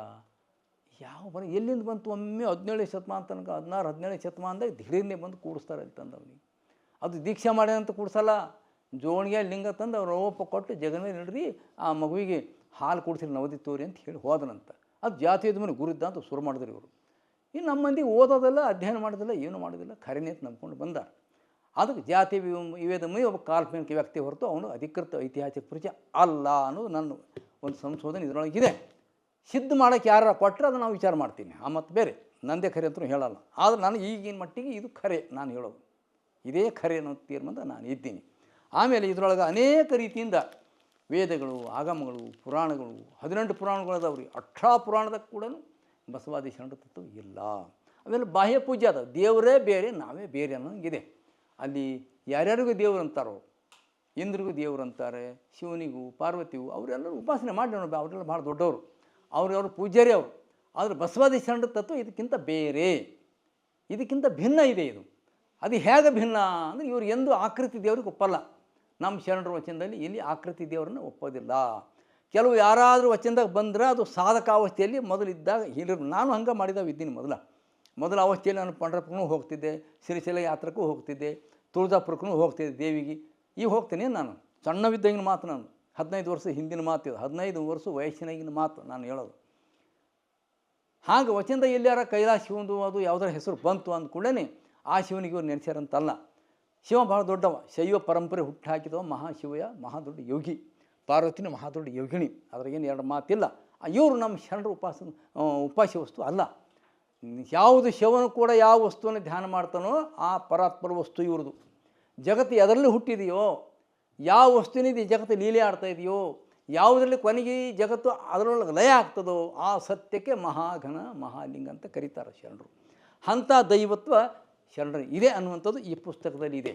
ಈ ಪುಸ್ತಕ ಹಲವಾರು ರೀತಿ ಚರ್ಚೆ ಒಳಪಡಿಸ್ತದೆ ನಿಮ್ಗೆ. ಅವರು ಅನೇಕ ರೀತಿಯ ದಾಖಲೆಗಳು ಕೊಟ್ಟಾರೆ. ಈ ದಾಖಲೆ ಪ್ರಕಾರ ಸಿದ್ಧಾಂತಗಳು ಬಸವಣ್ಣ ಓದಿದರು ಅಂದ್ರೆ ಆ ದಾಖಲೆ ನಿಮ್ಮದಲ್ಲ. ನೀವು ಸಿದ್ಧಾಂತಕಮಣಿದವರು ಇಂಥ ಪುರಾಣದಿಂದ ಶಿವಪುರಾಣದಿಂದ ಬೇರೆ ಪುರಾಣದಿಂದ ಕದ್ಕೊಂಡಿಂದ ಐತಿ, ಅದು ಒರಿಜಿನಲ್ ಸಿದ್ಧಾಂತಕಮಣಿದ ಅಲ್ಲ ಅಂತ ಇದರ ಸಿದ್ಧ ಮಾಡಿದ್ದಿದೆ. ಒಂದೇ ಅಲ್ಲ, ದೊಡ್ಡದಿದೆ, ಒಂದು 400 ಪುಟ ಸಿದ್ಧಾಂತಕಮಣಿ ಇದ್ರ ಮೇಲೆ ಅಧ್ಯಯನ ಇದೆ, ಸಂಶೋಧನೆ ಇದೆ. ಇದನ್ನು ತಾವು ನೋಡ್ಬೋದು. ಅಲ್ಲದೆ ಆಮೇಲೆ ಅನೇಕ ಇದ್ರೊಳಗೆ ಈ ಬಸವಣ್ಣವ್ರ ನಂತರ ಏನೇನು ಬೆಳವಣಿಗೆ ಅದು, ಬಸವಣ್ಣವ್ರ ನಂತರ ಶರಣರ ನಂತರ ಹರಿಹರ ಬಂದ, ಪಾಲ್ಕಿರಿ ಸೋಮನಾಥ್ ಬಂದ, ಷಡಕ್ಷರಿ ದೇವ ಬಂದ, ಅಲ್ಲಿಂದ ಬಂದು ಎಲ್ಲಕ್ಕಿಂತ ಮುಖ್ಯವಾಗಿ ಶ್ರೀಶೈಲ್ಯ ಪಂಡಿತಾರ್ಯಾದ್ರು ಬಂದರು. ಮೊದಲು ಬಸವಣ್ಣ ಸಮಕಾಲೀನವರೇ ಅವರು. ಈ ಪಂಚಾಚಾರ್ಯದ ಒಂದು ಪಂಡಿತಾರ್ಯಾದ್ರು ಅಂತ ಒಂದು ಪೀಠ ಮಾಡ್ಕೊಂಡು ಕುಂತಾರೆ. ಇವೆಲ್ಲ 12ನೇ ಶತಮಾನದ ಇದ್ದಿಲ್ಲ ಅನ್ನೋದು ಇದೆ. ಅವ್ರು ಏನಾರು ಹೇಳ್ಕೊಳ್ಳಿ, ನಮ್ಮದೇನೆ ನಮ್ಮ ಸಂಶೋಧನೆ ಪ್ರಕಾರ ಇದು ಇಲ್ಲ ಅನ್ನುವಂಥ ಮಾತು ಇದ್ರಾಗಿದೆ. ಅದಕ್ಕೋಸ್ಕರವಾಗಿ ರೇವಣಸಿದ್ಧರ ಚರಿತ್ರೆ ಇದರೊಳಗೆ ಬರ್ತದೆ, ಏಕೋ ರಾಮೇಶ್ವರ ಚರಿತ್ರೆ ಇದಾಗ ಬರ್ತದೆ, ಆಮೇಲೆ ಮರಳುಸಿದ್ಧರ ಚರಿತ್ರೆ ಇದಾಗ ಬರ್ತದೆ. ಹೀಗೆ ಅನೇಕ ಶರಣರ ಒಂದು ಶಿವಭಕ್ತರ ಒಂದು ಚರಿತ್ರೆ ಇದರೊಳಗೆ ಬರ್ತದೆ. ಅದನ್ನು ನೀವು ನೋಡ್ಕೊಳ್ಬೋದು ಇದರೊಳಗೆ. ಇನ್ನು ಅನೇಕ 221 ಗ್ರಂಥದ, ಅದು ಯಾರೋ ಅವರು ಇವರು ಸಾಹಿತ್ಯ ಬರೆದು ನಾನು ದಾಖಲೆ ತೊಗೊಳ್ಳಲ್ಲ. ವಿಶೇಷವಾಗಿ ಇಬ್ಬರು ಮಾತ್ರ ಒಂದು ಸ್ವಲ್ಪ ಸಾಕ್ಷಿಗೆ ಉದಾಹರಣೆ ತೊಗೊಂಡೀನಿ. ಒಬ್ಬ ಮಹಾನ್ ಅನುಭವಿ ಪೂಜ್ಯರು ಇಮ್ಮಡಿ ಶಿವಬಸವ ಸ್ವಾಮಿಗಳು, ಮೈಸೂರು ಕುಂದೂರು ಮಠದ, ಅವ್ರದ್ದು ಸಿದ್ಧಾಂತಮಣಿಗಾಗಿ ಅವ್ರದ್ದು ನಾನು ಬಳಸ್ಕೊಂಡಿದ್ದೀನಿ. 1-2 ಕಡೆ ಕಲಬುರಗಿ ಅವ್ರ ಲೇಖನ ಒಂದು ಬಳಸ್ಕೊಂಡು ಬಿಟ್ಟರೆ ಈ ಕಾಲದ ಯಾರ ಸಾಹಿತ್ಯನ ಇದರ ತೊಗೊಂಡಿಲ್ಲ, ಎಲ್ಲ ಪ್ರಾಚೀನ ಸಾಹಿತ್ಯ. ಈ ಗ್ರಂಥ ತಯಾರು ಮಾಡಬೇಕಾದ್ರೆ ಎಲ್ಲ ದಾಖಲೆ ಸುಳ್ಳು ಇರಬಾರ್ದು ಅನ್ನುವಂಥ ಒಂದು ಇದಕ್ಕೋಸ್ಕರವಾಗಿ ಆಗಮಶೋಧ ಭಾಳ ಡಿಟೇಲಾಗಿ ಆಗಮಶೋಧವನ್ನು ತೊಡಗಿದ್ದೇನೆ. ಆಗಮಶೋಧ ಹೇಗೆ ಅಂದರೆ, ಆಗಮಗಳ ಮೂಲ ಯಾವುದು ಅಂದರೆ ಕಾಶಿಯಲ್ಲಿ ಸಂಪೂರ್ಣಾನಂದ ಸಂಸ್ಕೃತ ಯೂನಿವರ್ಸಿಟಿ ಅಂತ ಇದೆ, ಸಂಸ್ಕೃತ ವಿಶ್ವವಿದ್ಯಾಲಯ ಇದೆ. ಆ ಸಂಸ್ಕೃತ ವಿಶ್ವವಿದ್ಯಾಲಯದಲ್ಲಿ ಹೋಗಿ ಆಗಮಗಳು ಯಾವುವು, ಇವ್ರು 28 ಆಗಮ ಹೇಳ್ತಾರೆ ನಮ್ಮ ಕರ್ನಾಟಕದೊಳಗೆ ಅವು ಹೆಸರು. ಅಲ್ಲಿ ಅದಾವೇನಂತ ಹೋದ್ರೆ ಇವು ಇಸ್ಕ ನಾಮಿಚ ಮಾಲಮನೆ ಅಂತಾರ. ಇವ್ರ ಹೆಸರೇ ಗೊತ್ತಿಲ್ಲ ನಮಗೆ, ಇವು ಯಾವ ಆಗಮ ಅಂತಾರವು, ಇವು ಸುಳ್ಳು ಅಂತ ಸಿದ್ಧ ಆಯಿತು. ಆಮೇಲೆ ಈ ಆಗಮಗಳೊಳಗೆ 28 ಆಗಮಗಳು ಮೂಲ ತಿಳ್ಕೊಬೇಕಂತ ಹೇಳಿದಾಗ ಮತ್ತು ಪಾಂಡಿಚೇರಿಗೆ ಹೋದೆ. ಪಾಂಡಿಚೇರಿದಾಗ ಅಲ್ಲಿದ್ದಂಥ ಆಗಮ ನೋಡಿದ ಕರ್ನಾಟಕದಿದ್ದಂಥ ಆಗಮಕ್ಕೂ ಅವಕ್ಕೂ ಭಾಳ ವ್ಯತ್ಯಾಸ ಇದೆ. ಅಲ್ಲಿ ವೀರಶೈವನೂ ಇಲ್ಲ, ಲಿಂಗಾಯತನೂ ಇಲ್ಲ, ಶರಣರು ಇಲ್ಲ, ಷಡಸ್ಥಲ ಇಲ್ಲ. ಅದಕ್ಕಾಗಿ ಈ ಆಗಮಗಳು ಹೇಗೆ, ಇವಕ್ಕೂ ಅವಕ್ಕೂ ಸಂಬಂಧ ಇಲ್ಲ, ನಮ್ಮ ಶರಣರಿಗೆ ಇವಕ್ಕೂ ಸಂಬಂಧ ಇಲ್ಲ. ಅಲ್ಲಿ ಪ್ರಾಚೀನ ಆಗಮಗಳು ಅಷ್ಟಕಗಳಲ್ಲಿ ಬರ್ತಾವೆ, 68 ಆಗಮಗಳು. 68 ಆಗಮ ನೋಡಿದ್ರೆ ಎಲ್ಲಿ ನಮ್ಮ ಶರಣ ಪದಗಳಿಲ್ಲ. ಇಷ್ಟಲಿಂಗ, ಪ್ರಾಣಲಿಂಗ, ಭಾವಲಿಂಗ, ಆಚಾರ್ಯಲಿಂಗ, ಗುರುಲಿಂಗ, ಶಿವಲಿಂಗ, ಜಂಗಮಲಿಂಗ, ಪ್ರಸಾದಲಿಂಗ, ಮಹಾಲಿಂಗ, ನಮ್ಮ ಶರಣರಲ್ಲಿ ಬರುವಂಥ 6 ಲಿಂಗಗಳು ಇವು ಇಲ್ಲ. 3 ಲಿಂಗನೂ ಇಲ್ಲ, 6 ಲಿಂಗಗಳು ಇಲ್ಲ. ಷಟ್ಸ್ಥಲ ಅಂತಂದ್ರೆ ಅಂಗನೇ ಹೋಗಿ ಲಿಂಗ ಆಗೋದು, ಮನುಷ್ಯ ಹೋಗಿ ದೇವರಾಗೋದು ಹೇಗೆ ಅನ್ನೋದು ಷಟ್ಸ್ಥಲ ಜ್ಞಾನ ಅಂತ ಕರೀತಾರೆ ಶರಣರು. ಅದು ಕೊಟ್ಟಾರೆ ಈ ಲೋಕದಾಗ. ಈ ಷಟ್ಸ್ಥಲ ಕೊಟ್ಟವರು ಯಾರು ಅಲ್ಲ, ಕೇವಲ ಬಸವಣ್ಣ, ಪ್ರಭುದೇವರು, ಚನ್ನಬಸವಣ್ಣ ಅನುಭವ ಮಂಟಪದಲ್ಲಿ ಮಾತ್ರ ಆಗಿದ್ದು ಅನ್ನೋದು ಖಂಡಿತ ಇದರ ದಾಖಲೆ ಆಗಿದೆ. ಧಾರ್ಮಿಕ ಎಲ್ಲೇ ಭಕ್ತಿ ಮಾಡುವಾಗ ನಾವೇ ಬ್ಯಾಡಲ್ತಿಲ್ಲ, ಈ ಅಂಗದಾಗೆ ಎಲ್ಲ ಇದೆ ಅನ್ನೋ ತೋರಿಸಿದೆ ಈ ಸತ್ಯ ಶರಣರು. ಅದಕ್ಕಾಗಿ ಸತ್ಯ ಶರಣರು, ಸತ್ಯ ಶೋಧ ಕೃತಿ ಅಂತ ಇದು ಇಟ್ಟಿದೆ. ಇದ್ರ ಮೇಲೆ ಕಾರ್ಮೋಡ ಹಾಕ್ಯಾರಲ್ಲ, ಒಡೆತನ ಸ್ಥಾಪಲಿಕ್ಕೆ ಮಾಡೋಕೆ ಹೊಂಟಾರಲ್ಲ, ಶರಣರ ಮೇಲೆ ಒಡೆತನ ಸ್ಥಾಪಿಸೋದು. ನಾವ್ರಿಗೆ ಗುರುಗಳಿದ್ದೀವಿ, ನಾವು ಅದಕ್ಕೆ ಮೊದಲಿದ್ದೀವಿ, ನೀವು ಇರ್ರಪ್ಪೋ ಎಂದಾರು ಇರಿ, ನಮಗೆ ಬೇಕಾಗಿಲ್ಲ. ನಮ್ಮ ತತ್ವಕ್ಕೂ ನಿಮ್ಮ ತತ್ವಕ್ಕೂ ಸಂಬಂಧ ಇಲ್ಲ. ಬಸವಾದಿ ಶರಣರು ಗುಡಿಗಳು ನಂಬಲ್ಲ, ಬಸವಾದಿ ಶರಣರು ತೀರ್ಥಕ್ಷೇತ್ರ ನಂಬಲ್ಲ, ಬಸವಾದಿ ಶರಣರು ಎಲ್ಲೋ ಮುಳುಗಿದ್ರೆ ಪಾಪ ಹೋಯ್ತದ ಅಂತ ನಂಬೋದಿಲ್ಲ. ಅವರೆಲ್ಲ ನಿನ್ನ ಒಳಗೆ ಇದೆ ಅಂತಾರೆ. ಸತ್ಯ ಶುದ್ಧನಾಗಿ ಬದುಕು, ಪ್ರಾಮಾಣಿಕವಾಗಿ ಬದುಕು, ಸತ್ಯರ ನಡೆ ತೀರ್ಥ, ನಿತ್ಯರ ನುಡಿ ತೀರ್ಥ, ಉತ್ತಮರ ಸಂಗಾದ ತೀರ್ಥ ಶರಣರು ಹೇಳೋ ಮಾತು. ಅಕ್ಕ ಹೇಳ್ತಾಳೆ, ತನು ಶುಚಿ, ಮನಶುಚಿ, ಭಾವಶುಚಿ, ನಡೆಶುಚಿ, ನುಡಿಶುಚಿ ಇಂತಿ ಪಂಚತೀರ್ಥಗಳನ್ನು ಒಳಕೊಂಡು ಮರ್ತದಲ್ಲಿನಿಂದ ನಿಮ್ಮ ಮಹಾಶರಣರ ಪಾದ ತೋರಿ ಬದುಕಿಸ ಚೆನ್ನ ಮಲ್ಲಿಕಾರ್ಜುನ. ಇವು ನಡೆ ನುಡಿ ಸುದ್ದಿ ಇರೋದೇ ತೀರ್ಥ ಅಂತ ಕರೀತಾರೆ. ಯಾವುದೋ ಗಂಗಾದಗೋ, ಚಂದ್ರಭಾಗದಗೋ, ಪಾತಾಳ ಗಂಗಾದಗೋ ಮುಳುಗಿದ್ರೆ ಪಾಪ ಹೋಗ್ತಂತ ನಮ್ಮ ಶರಣರು ನಂಬಲ್ಲ. ಹುಣ್ಣಿ ಅಮಾಸಿ ದಿವಸ ಹಿಂಗೆ ಮಾಡಿದ್ರೆ ಹಂಗಾಗ್ತದೆ, ಹಂಗೆ ಮಾಡಿದ್ರೆ ಹಿಂಗಾಗ್ತದೆ ಅಂತ ಈ ಶರಣರು ನಂಬಲ್ಲ.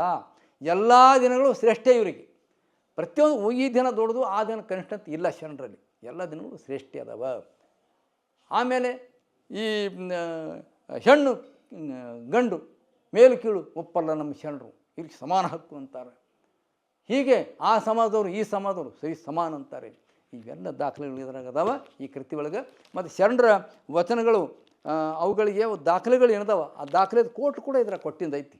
ಕೊನೆಗಿಲಿ ಯಾವ ವಚನ ಅಲ್ಲ, ಬಸವಣ್ಣರ ವಚನ, ಚನ್ನಬಸವನ ವಚನ ಯಾವ ತಾಡೋಲಿ ನಂಬರ್ಗಳು ಕೂಡ ಇದ್ರಾಗ ಅದಾವೆ, ಯಾವ ಒರಿಜಿನಲ್ ವಚನ ಅನ್ನೋದು. ಇದು ಭಾಳ ಮಹತ್ವದ್ದು. ಇದು ಅದು ಅದಲ್ಲದೆ 12ನೇ ಶತಮಾನದಿಂದ ಹಿಡಿದು ಇಲ್ಲಿವರೆಗೆ ಬಸವಣ್ಣನವರಿಗೆ ಯಾರ್ಯಾರು ಹೆಂಗೆ ಕೊಂಡಾಡಿದ್ದಾರೆ, ಯಾವ ರೀತಿ ಸಂಸ್ಕೃತದಲ್ಲಿ ಎಷ್ಟು ಸ್ತೋತ್ರಗಳು ಮಾಡಿದ್ದಾರೆ, ವಚನಗಳಲ್ಲಿ ಹೆಂಗೆ ಸ್ತೋತ್ರ ಮಾಡ್ಯಾರ, ಆಮೇಲೆ ಬಂದಂಥ ಪುರಾಣ ಕಾವ್ಯಗಳಿಗೆ ಹೆಂಗೆ ಬಸವಣ್ಣ ಸ್ತೋತ್ರ ಮಾಡ್ಯಾರ, ಅವೆಲ್ಲ ಇದ್ರಾಗ ಇದೆ. ಸಂಸ್ಕೃತ ಪಂಡಿತರು ಕೂಡ ಭಾಳಷ್ಟು ಸ್ತೋತ್ರ ಮಾಡಿದ್ದಾರೆ. ಆಗಿನ ಕಾಲಕ್ಕೆ ವೀರಶೈವ ಸಂಗ್ರಹ ಅಂತೇಳಿ ಒಂದು ಪುಸ್ತಕ ಇದೆ, ಅನಾದಿ ವೀರಶೈವ ಸಂಗ್ರಹ ಅಂತ. ಅದರೊಳಗೆ ಬಸವಣ್ಣವರಿಗೆ ನಮೋ ಬಸವರಾಜಾಯ ವರಸೇಂದ್ರ ಪರಮೂರ್ತಯೇ ಚರಾರ್ಚನೈಕ ನಿಷ್ಠಾಯ ಶಿವಾಚಾರ ಪ್ರವರ್ತಿನೇ ಇದರ ದಾಖಲೆ ಇದೆ. ಎಲ್ಲ ಮುಳುಗಿ ಹೋಗಿದ್ದು ಇವು, ನಮ್ಮವ್ರಿಗೆ ಗೊತ್ತಿಲ್ಲ. ಬಸವ ನಮೋ ನಮೋ ಅಂತ ಸಂಸ್ಕೃತ ಪಂಡಿತರೇ ಹಾಡ್ಕೊಂಡಾರ್ರಿ, ಬಸವಣ್ಣ ಸ್ತುತಿ ಮಾಡ್ಯಾರ. ಇವರೆಲ್ಲ ಈಗ ತಿರುಗಿ ಬಿದ್ದಾರೆ. ಬಕಾರಂ ಗುರುರೂಪಂಚ, ಬಸವಣ್ಣ ಹೆಸರು ಬ ಇದೆಯಲ್ಲ ಅದು ಗುರುರೂಪ ಹೇಳ್ತಾರೆ ನೋಡ್ರಿ. ಬಕಾರಂ ಗುರುರೂಪಂಚ ಸಕಾರೋ ಲಿಂಗರೂಪಕ ವಕಾರಶ್ಚರ ರೂಪಂಚ ತ್ರಿವಿಧಂ ಬಸವ ವಯಂ. ನೋಡಿ, ಬಸವ ಅನ್ನೋದೇ ಗುರು ಲಿಂಗ ಜಂಗಮ ಅಂತ ಈ ಶ್ಲೋಕದಾಗ ಅವರು ಹೇಳ್ಯಾರ. ಸಂಸ್ಕೃತ ಪಂಡಿತರು ಹೇಳಿದ್ರು, ಈಗಿನ ಅಲ್ಲ ಇವೆಲ್ಲ ಹಿಂದಿನೂ. ಆಮೇಲೆ ಬಕಾರಂ ನಾದರೂಪಂಚ, ನಾದ ಬಿಂದು ಕಳೆ ಅಂತಾರಲ್ಲ, ನಾದ ಬಿಂದು ಕಳೆ ಓಂಕಾರದ ಆಚೆಗಿರೋದು, ನಾದ ಬಿಂದು ಕಳೆಯಿಂದಲೇ ಈ ಓಂಕಾರ ಹುಟ್ಟಿದ್ದು. ಬಕಾರಂ ನಾದರೂಪಂಚ ಸಕಾರೋ ಬಿಂದು ರೂಪಕ ಕಲಾರೂಪಕಂ ವಕಾರಶ್ಚ ತ್ರಿವಿಧಂ ಬಸವಾಕ್ಷರಂ. ನಾದ ಬಿಂದು ಕಳೆ ಬೇರೆ ಅಲ್ಲ, ಆ ಊಮ ಬೇರೆ ಅಲ್ಲ, ಅದೇ ಬಸವಾಕ್ಷರ. ಇದು ಇವರು ಸ್ತುತಿ ಮಾಡ್ಕೊಂಡ್ರ ಸಂಸ್ಕೃತ ಪಂಡಿತರು ಮಾಡಿದ್ರು, ಆಗಿನ ವಿದ್ವಾಂಸರು.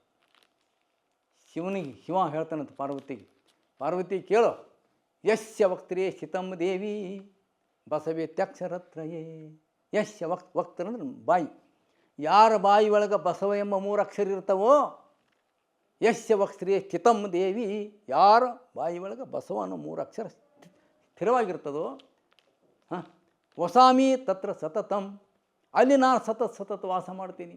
ಸತ್ಯಂ ಸತ್ಯಂ ನಚಾನ್ಯಥ, ನೋಡಿ ಅಲ್ಲಿ ನಾನು ಇರ್ತೀನಿ, ಇದು ಸತ್ಯ ಅಂಥೇಳಿ ಇದ್ರಾಗ ಅದು ವಚನ ದಾಖಲೆ ಇದೆ. ಮತ್ತು ಈ ಬಸವಣ್ಣವ್ರನ್ನ ಇತ್ತೀಚೆಗೆ ಒಂದು ಸಮುದಾಯದವ್ರು ಅಷ್ಟೇ ನೋಡಕತ್ಯಾರ. ಇದು ದುರ್ದೈವ ಸಂಗತಿ. ಇವರು ಸಾಕಟ್ಟು ಬಸವತ್ವದ ಹಾನಿ ಮಾಡ್ತಾ ಇದ್ದಾರೆ. ಬಸವಣ್ಣದ ನಮ್ಮವ, ಬಸವಣ್ಣ ನಮ್ಮ ಕುಲದವ, ನಮ್ಮ ಜಾತಿಗೆ ಬಸವಣ್ಣ ಸಂಬಂಧ ಅನ್ನೋರು ಕೂಡ ಬಸವಣ್ಣಗೆ ಗೊತ್ತಿಲ್ಲದೆ ದ್ರೋಹ ಮಾಡುತ್ತಾರೆ. ಯಾಕೆ ಹೇಳ್ತೀನಿ ನಾನು. ಇದರೊಳಗೆ ನಮ್ಮಲ್ಲಿ ಹುಮನಾಬಾದ್ ಹತ್ತಿರ ಮಾಣಿಕ್ ನಗರ ಅಂತಿದೆ. ಮಾಣಿಕ್ ಪ್ರಭು ಮಹಾರಾಜರು ಬ್ರಾಹ್ಮಣರು, ಭಾಳ ದೊಡ್ಡ ಯೋಗಿಗಳು ಅವರು, ಮಹಾದೊಡ್ಡ. ಒಂದು 150-200 ವರ್ಷ ಆಯ್ತು ಅವ್ರು ಆಗೋಗಿ. 200 ವರ್ಷ ಇನ್ನೂ ಮುಗಿದಿಲ್ಲ, ಆಗಿಲ್ಲ. ಅದ್ರ ಒಳಗೆ ಅದಾರ ಅವ್ರ ಚರಿತ್ರೆ. ದೊಡ್ಡ ಯೋಗಿಗಳು. ಆ ಮಹಾಯೋಗಿ ಬ್ರಾಹ್ಮಣರು, ಸಾಮಾನ್ಯ ಯೋಗಿಗಳಿದ್ದಲ್ಲ ಅವರು, ಅಸಾಮಾನ್ಯ ಯೋಗಿಗಳು, ಸಿದ್ಧಿ ಪುರುಷರು, ಪವಾಡ ಪುರುಷರು ಮೆರೆದವರು. ಅಂಥವ್ರು ಹೆಂಗೆ ಸ್ತುತಿ ಮಾಡಿದ್ರೆ ಬಸವಣ್ಣರು ಅಂತ ಇದ್ರೊಳಗಿದೆ ದಾಖಲೆ.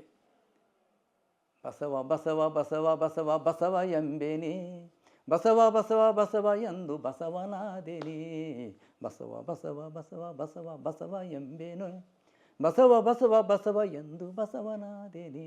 ಏನು ಭಕ್ತಿರಿದು ನೋಡಿ.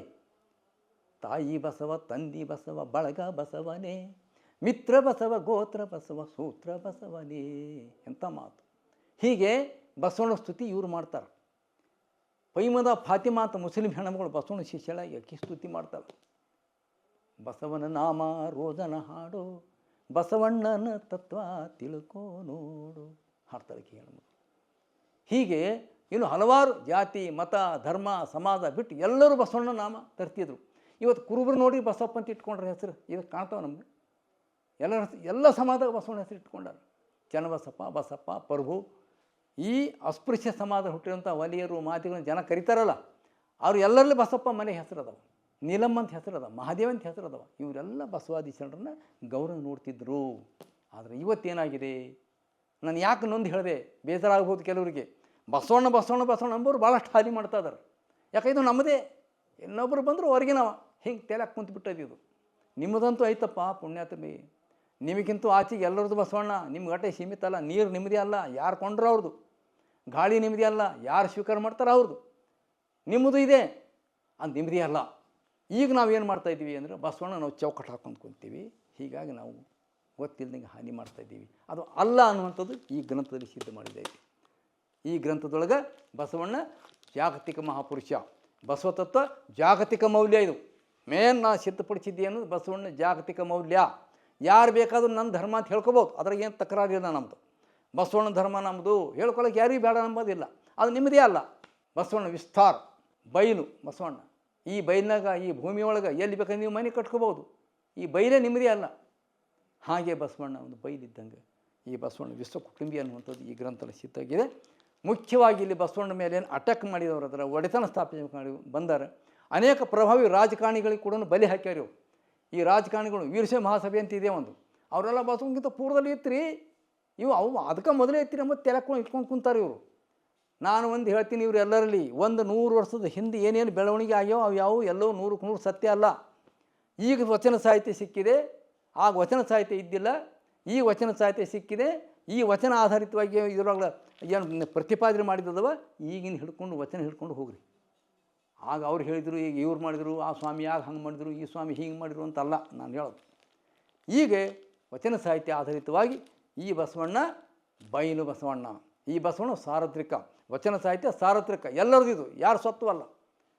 ಅಂಥದ್ದೊಂದು ಈ ಸತ್ಯ ಶೋಧ ಒಂದು ಬಸವಣ್ಣವ್ರ ಮೇಲೆ ಅನ್ಯಾಯ ಆಗಿದ್ದು, ಒಡೆತನ ಸ್ಥಾಪಿತು ಸುಳ್ಳನ್ನೋದು.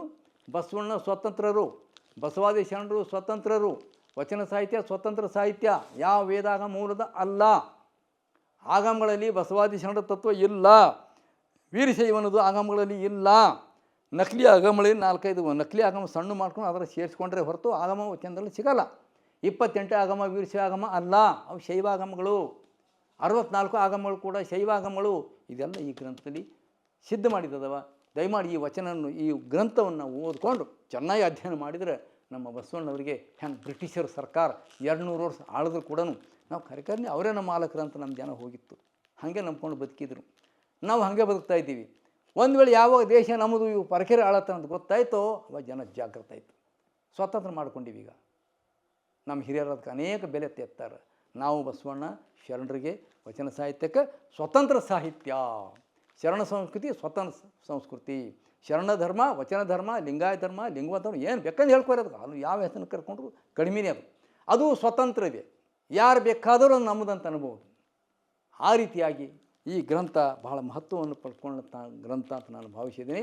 ಇದು ಬಸವಾದಿ ಶರಣರಿಗೆ ನಾನು ಅತ್ಯಂತ ಬಹಳ ವಿನಯದಿಂದ ಅವರಿಗೆ ಒಂದು ಏನೋ ಒಂದು ಅವರು ಅನ್ಯಾಯ ಆಗಿದೆ, ಅದನ್ನು ಬಗೆಹರಿಸಬೇಕು, ಸ್ವಲ್ಪ ಜನರ ಗಮನಕ್ಕೆ ತರಬೇಕು ಅನ್ನುವಂಥ ಮಾತು ಈ ಕೃತ್ಯ ತಯಾರಾಗಿದೆ ಅನ್ನುವಂಥ ಮಾತು ಹೇಳ್ತಾ, ಈ ಗ್ರಂಥ ಕುರಿತು ಒಂದಿಷ್ಟು ಮಾತಾಡ್ರಿ ಅಂತ, ಪರಿಚಯ ಮಾಡಿರಿ ಅಂತ ಮೀಡಿಯಾದವರು ನಾಡಿನ ಅನೇಕರು ಹೇಳಿದರು. ಅದಕ್ಕಾಗಿ ಈ ಥರ ಒಂದು ಸಂಕ್ಷಿಪ್ತ ಪರಿಚಯ, ಹೆಚ್ಚಿನ ಪರಿಚಯ ಈ ಗ್ರಂಥನೇ ಓದಬೇಕು.